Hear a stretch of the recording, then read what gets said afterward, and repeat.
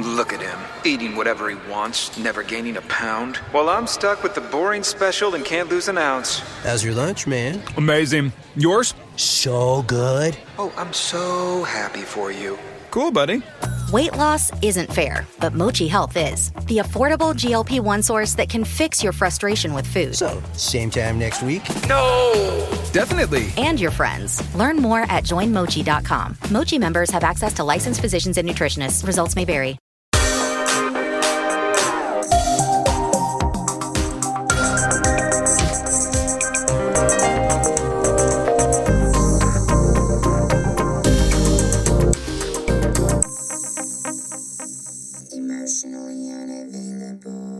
Hi, welcome to Emotionally Unavailable. This is truly a show about me and my journey. When I started Emotionally Unavailable, I thought I was just learning how to be more vulnerable. But somewhere along the way, vulnerability became transformation. Emotional, spiritual, human.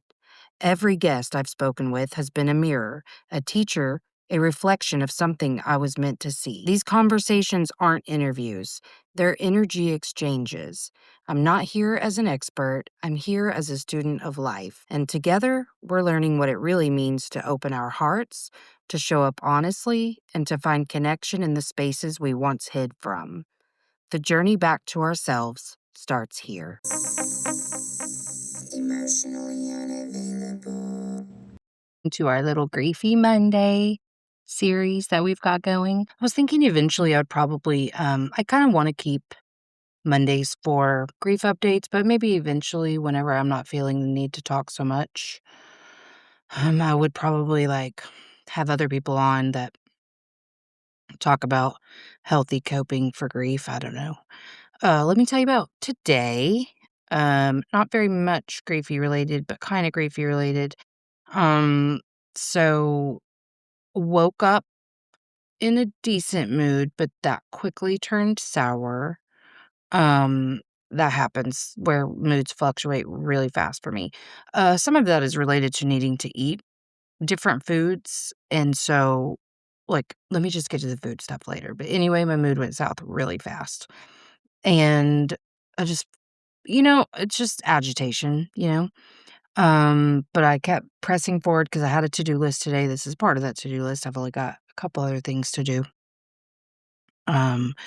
But I kind of continued forward on the to-do list, which helped tremendously with my mood. I did have a little period of crying, went into Jake's room and just sat in there for a little bit and touched his shirt that I keep in there and smelled his room and just cried and cried. And that helped. Always makes me feel less agitated. Always, always. So, I assume now that if I'm agitated, I need to eat, I'm tired, and or I need to cry or have some sort of emotional expression of grief. I can feel the physical ramifications of grief. That's the thing I feel the most sometimes, is how it's impacting me physically. So, anyway, had myself a good cry. Then we all went to the freaking grocery store where I proceeded to lock my keys in the car. That happened because my key is not supposed to be allowed, my doors aren't supposed to lock if your key is in there, but it did. Uh, but I was really proud of us as a family. I had decided for all of us to go together because people like certain things and whatever, and um, Brian's going out of town this week, so I just wanted to make sure he's usually the grocery store guy and whatever. So I wanted to make sure that we had everything we needed, which is a whole other topic. But so we all went. We were having a really good time. We went to 2 stores because we always start at Aldi and then we go to the local grocery store. And for produce, I don't do produce from Aldi. I've learned a big lesson there. So we did that and locked my freaking keys in the car. And so I said out loud, I'm I locked my keys in the car and I'm really mad at myself. But really internally, I was rapidly searching for a way to blame one of the other family members. So it was funny because after we settled on calling Jake's best friend Isaiah, because he lives close, who showed up immediately. Thank you, Isaiah. And his girlfriend. And I'm so sorry, I'm having trouble remembering your name right now.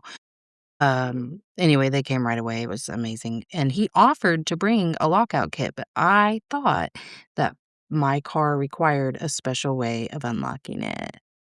It did not. It did not. And it cost us $325. And that is devastating because that is not money I have just to dispose of. So pretty upsetting. But I was proud of us because we called him. I asked for help. I didn't just try to like Uber and spend money we didn't need to spend when we could just ask him for help. So I was proud of that. And I even modeled like how to deal with this because I told my family like I really want to blame someone, and Bryson was like, I would too, and I kind of thought you would. And I was like, well, I mean, I wanted to, but I know that's just a shadow of shame. And the second I release the agitation point around wanting to blame someone, then it was just like, okay, what do we need to do to get this taken care of? Like, I can get through this in a really pissed off manner, or I can just stay chill. So I opted for chill. I sent Charlie and Bryson with a friend because we were right by the house. And then we stayed, waited for the locksmith. He got in 2 minutes for $325. Oh my God, I'm sick. Anyway, so we got that done. Then I've just been working on other stuff on my to-do list. One of the things I have to deal with this week is, and I don't think I can say too much about this, but Jake received a certified letter, which I'm annoyed at Brian for signing for earlier this week. He is being sued for his last car accident. He was the fifth car in a 5-car pileup, and the car in front of him was a big ass work truck that he did 0 damage to. But whatever. So now I have to type up a response for that. I'm really hoping that just being like, this dude's deceased without a fucking death certificate or anything yet, because the medical examiner said it would take 90 days to get the autopsy done. Hoping that works, but nothing I can do about it. So I don't want to talk anymore about that because it stresses me out. Anyway, so that's something I have to do today is type up the response, and then I'm gonna have to figure out how to get the energy to go to the courthouse and file that response. So I'm kind of stressed about that. Anyway, so let's see, what else was I gonna tell you? I guess I'll tell you about the physical stuff. I've talked about this a couple of times, like an episode coming out soon on Unquiet Soul. I mentioned this, and I know what I need to do. It's just not that easy to do it right now. So, but the thing is that I'm having a lot of problems with food. I've narrowed it down to either and fatty foods and or dairy. The problem is I get so hungry that I can't make good choices at that point, and I'm just like, well, I need to eat now before I bite somebody's head off. So that's part of my problem. And also cooking is yucky. I just, whatever. So that's one of the reasons I went to the grocery store is to try to like prep some food ahead of time for the week. So we're gonna do some of that tomorrow because, well, the kids are out of school, but Bryson has a follow-up for his hand that he broke and had surgery on. So good times. But yeah, I'm getting like really, really nauseous. And then like my whole body just kind of just like, "Ooh," it needs to lay down. Like I just get so tired. And then some other really unpleasant symptoms. So today was better, and trying to think.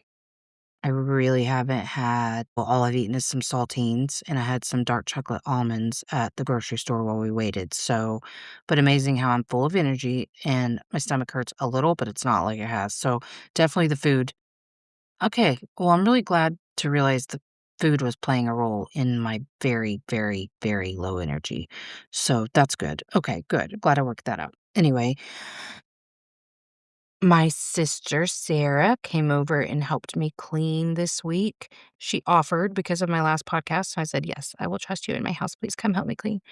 Um, and I just wanted to I did have to move like some things to my bedroom because that's part of the reason it hasn't gotten done is because I don't feel like going through deciding on a place to organize and put it away. So I was like, you know what, my bedroom's a hellhole anyway. I'll just put it in there for now and then get the front of the house clean. So we got the bathroom really clean. We got the living room and kitchen really clean. Like I still need to clean up my refrigerator, but I'm in a much better. My floors were mopped. The thing is this. while I had been managing my very, very best over the last year, Jake, my best wasn't always that great because the pressure, stress, fear, shame was always just kind of under the surface. Like I was constantly addressing it. I mean, I was doing okay. I was doing okay, but now that I don't feel that fear all the time and the stress of trying to keep someone else on the right path and alive, um, and out of fucking jail, uh, I feel a major difference. And so I can definitely see how even when I didn't realize I was white knuckling it, I was, but so much of the housework just went to the wayside over this last year and a half because I just didn't have the energy for that and all the other stuff I was doing. So my floors had not been mopped in I don't know how long. And I mean, my family contributes greatly to these messes. Let me not play. But I don't know, I guess I'm still figuring out how to because I've gotten to this place where I'm like really respectful of the fact that like just because I Today, I want to share a book series that truly meets you where you are. Letters to Myself by Jen Taylor, LCSW, is a powerful collection written by a New York based spiritual psychotherapist with over 23 years of experience.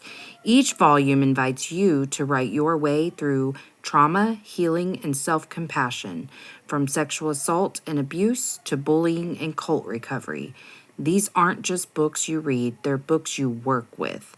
If you're ready to reflect, release, and reconnect with yourself, search Letters to Myself by Jen Taylor on Amazon today, and I will also have a link in the show notes. I want it done now doesn't mean that it's fair to ask for that.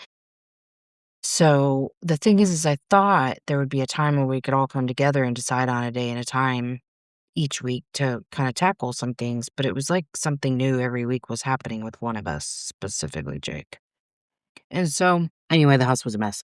So my sister helped me clean it, and we had such a fun time just chit chatting. And she helped me with the plant because I had a little freak out because it got a little droopy one day, and I was like, "What the hell, not my baby?" Because it's the plant that I kept from Jake's funeral. So she helped me, and we talked a lot about plants, and that was good. I'm really excited to grow more plants. She actually texted me about one earlier, and I'm really excited about it. Um, I almost had my little blanket done, and then as I was folding it up last night, the one I'm finger knitting, as I was folding it up last night, I realized I had fucked up a little bit. I didn't go all the way across because I didn't realize it because I didn't have it spread all the way out because I don't really have a surface I can do that on. And I've been watercolor painting, so that's been fun. But anyway, the house. Um, so the thing that I talked to her about too, I've been talking about this a lot on my show lately and just in general, all the shows, all the everything. Um, the concept of we as humans making our outsides match our insides. So our outer world really reflecting what our inner world is. And I was doing a little bit of cleaning because, like, I felt guilty asking my sister to help me wipe walls, but that's something that, like, matters to me, so my walls look clean. So, like, I was just kinda doing stuff like that before she came because she did it after work, and I really did feel so guilty, but I was like, "Let people help you."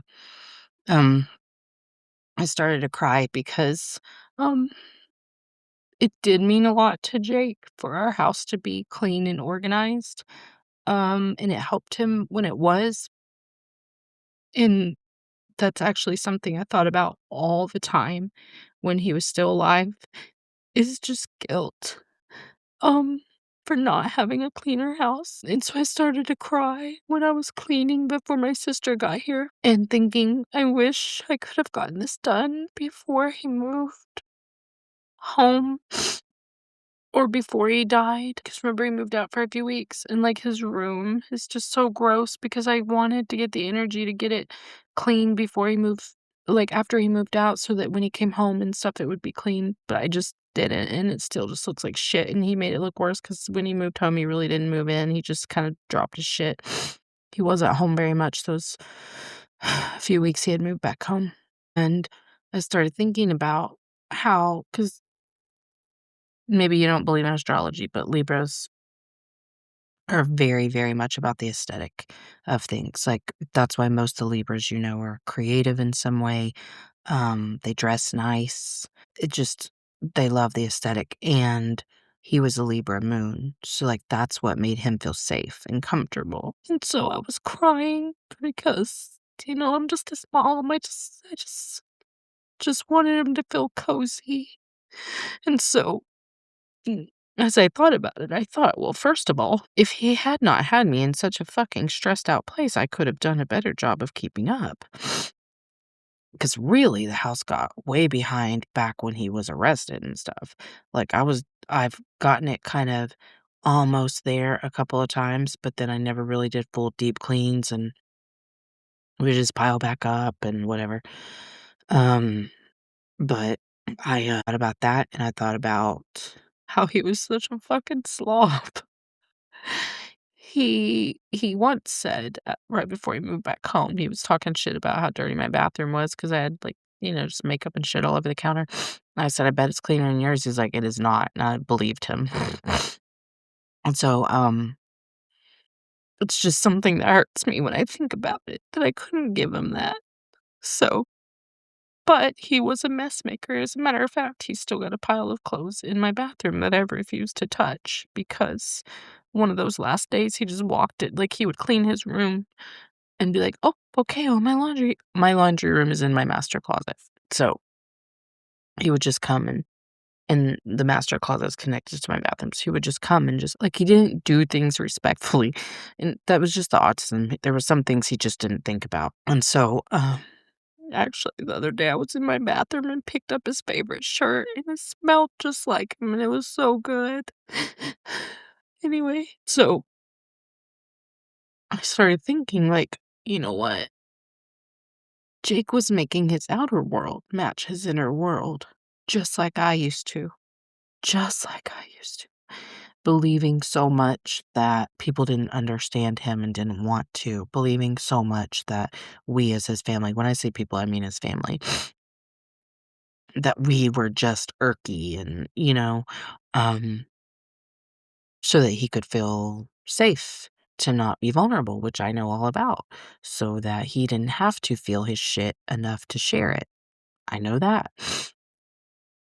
And I just thought about all the things he had done to make sure his outer world matched his inner world. And it felt really important to me to talk about that. For one, on the grief side of things, it does help relieve a little bit of the pain that you feel when your brain, because it doesn't matter how good at this I am. My brain will cycle through the shoulda, coulda, woulda at least once every other day. I don't stay on them. I know some people who do, but I don't, but it happens.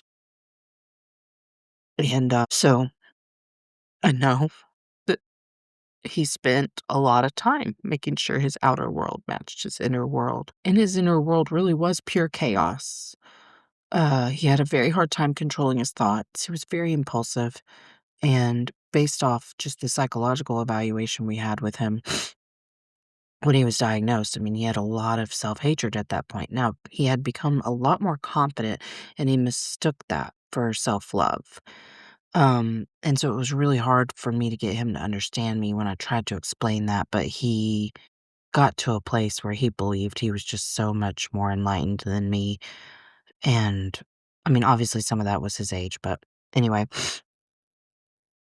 there were some things he would listen and some things he wouldn't, and that just wasn't something he would listen to about the self-love.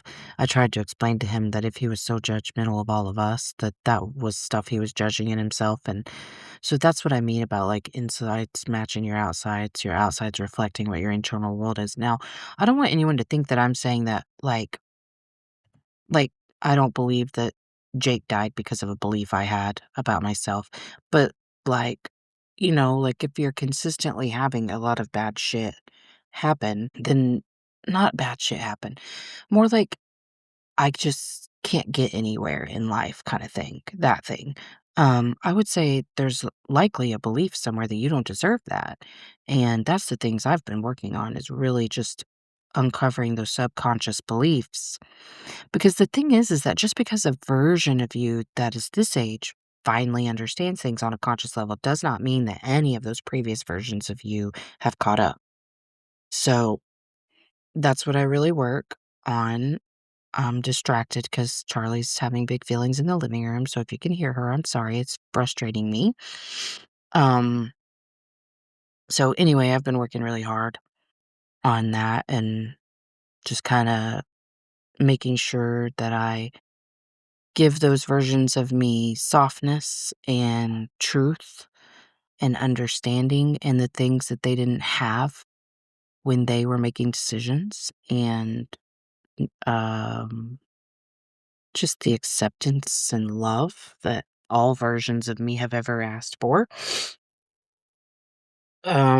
Yeah, trying to think of any other updates. I will say this. I recorded quite a bit this week and I saw several clients.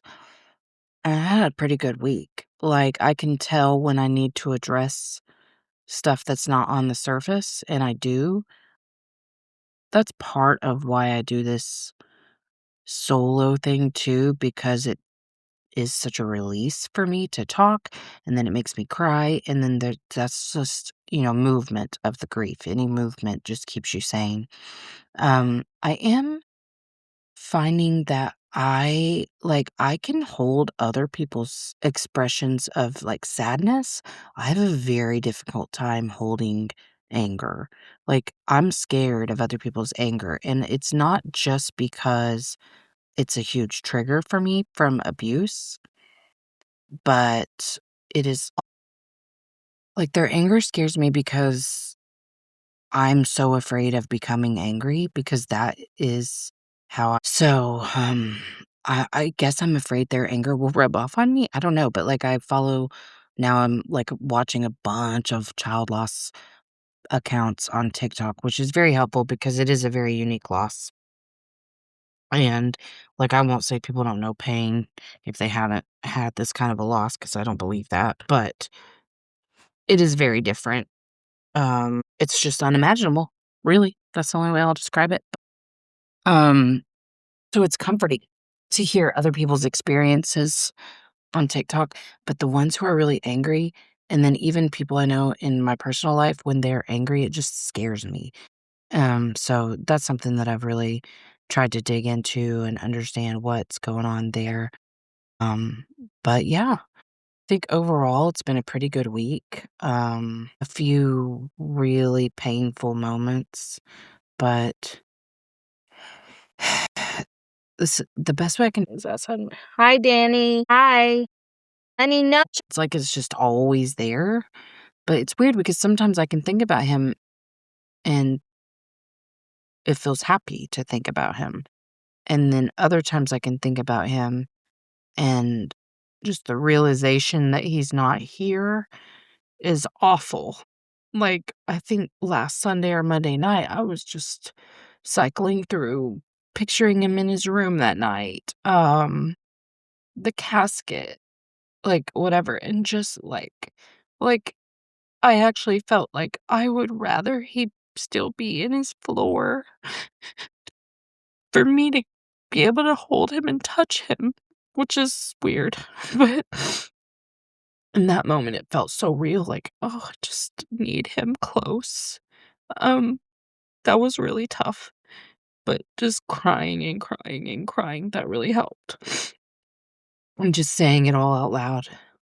Um There's been several times where just like, because it's you never expect that wave, you know?